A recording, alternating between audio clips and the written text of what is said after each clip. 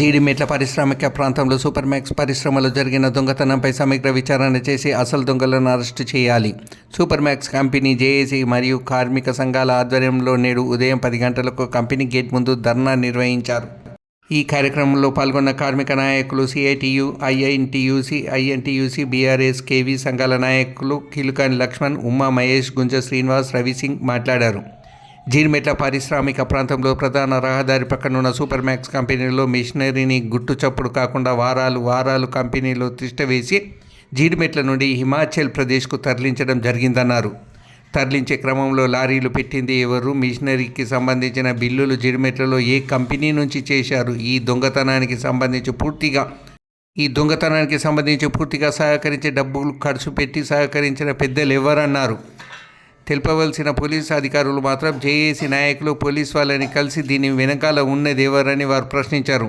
అడిగితే మీకు చెప్పవలసిన అవసరం లేదన్నారు. మీరు మిమ్మల్ని అడగవద్దని చెప్పడం జరుగుతుందని. ఒక పక్క కార్మికులేమో 3 సంవత్సరాల నుండి పెండింగ్లో జీతాలు రాక కంపెనీ నుండి రావాల్సిన బకాయిల గురించి జేఏసీ ఏర్పడి కోర్టులో చుట్టూ, అధికార పార్టీ నాయకుల చుట్టూ, లేబర్ ఆఫీసులో చుట్టూ తిరగవలసి వస్తుందన్నారు. చెప్పుల కాలు అరిగేలా తిరిగిన కార్మికులకు రావాల్సిన బకాయిలు రాక అనేక ఇబ్బందులు ఎదుర్కోవాల్సి వస్తుందన్నారు.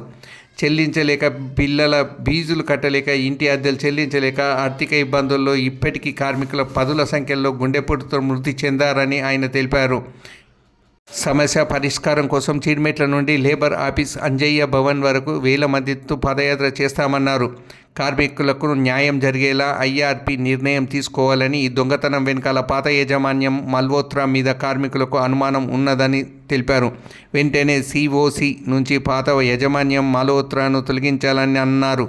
ఈ కార్యక్రమంలో సూపర్ మ్యాక్స్ జేఏసీ నాయకులు ఈశ్వర్రావు, లక్ష్మారెడ్డి, సురేష్, రవీందర్, శ్రీనివాస్, మహిళా కార్మికులు పెద్ద సంఖ్యలో పాల్గొనడం జరిగిందని తెలిపారు.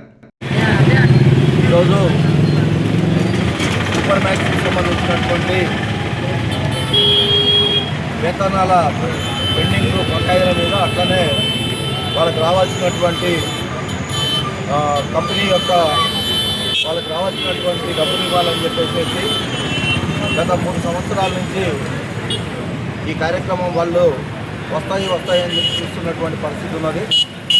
ఏమీ రాకుండానే కంపెనీలో ఉన్నటువంటి మిషనరీని ఇప్పటిదాకా చెప్పారు నాయకులు.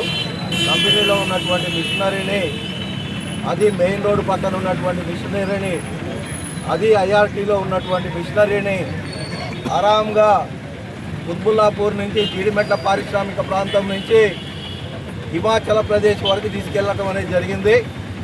అయితే పోలీసు వాళ్ళు కూడా ఇక్కడికి సంబంధించిన దాంట్లో మిషనరీ రికవరీ చేస్తామని మాత్రమే మనకు చెప్తున్నటువంటి పరిస్థితి ఉన్నది. కానీ కుత్బుల్లాపూర్, జీడిమెట్ల నుంచి హిమాచల్ ప్రదేశ్ వరకు బంద్ అయినటువంటి సూపర్ మ్యాక్స్ పరిశ్రమలో ఉన్నటువంటి మిషనరీని తరలించడం అంటేనే ఇక్కడికి సంబంధించినటువంటి ఏ పేపర్ లేకుండా, ఏ కాగితం లేకుండా, ఏ వేబిల్ లేకుండా రాష్ట్రాలు దాటిపోయే పరిస్థితి అనేది ఉండదు. కాబట్టి పోలీసు వారికి కూడా ఈ సందర్భంగా ఒక విజ్ఞప్తి చేస్తూ ఉన్నాం.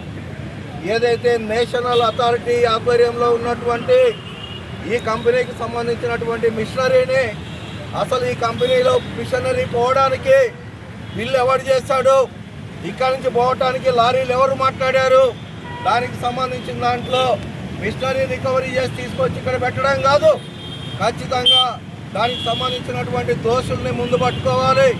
ఆ దోషుల్ని కార్మికుల ముందు పెట్టాలి. పెడితేనే ఈ సమస్యకు ఒక పరిష్కారం అవుతుంది. వాళ్ళు ఒకటే దీనికి సంబంధించింది ఏంటంటే, ఫస్ట్ మిషనరీ తీసి చూద్దాం, కార్మికులు పట్టించుకుంటారా లేదా, కార్మిక సంఘాలు పట్టించుకుంటాయా లేదా అన్నటువంటిది ఒక ట్రయల్ వేశారు. ఆ ట్రయల్లో పూర్తిగా యాజమాన్యం విఫలమైంది. ఎందుకంటే కార్మికులు వచ్చి మా కంపెనీలో మిషనరీ దొంగచాటుగా తీసుకెళ్లారని చెప్పేసి వెంటనే సంబంధిత పోలీస్ స్టేషన్లో ఐఆర్టీ వాళ్ళకంటే ముందే కార్మిక సంఘాల నాయకులు, జేఏసీ నాయకులు వెళ్ళి అక్కడ దరఖాస్తు ఇవ్వడం అనేది జరిగింది. ఆ తర్వాతనే మిగతా వాళ్ళు వచ్చి దీనికి సంబంధించినటువంటిది ఇవ్వడం అనేది జరిగింది. కాబట్టి ఈ సందర్భంగా ఒకటే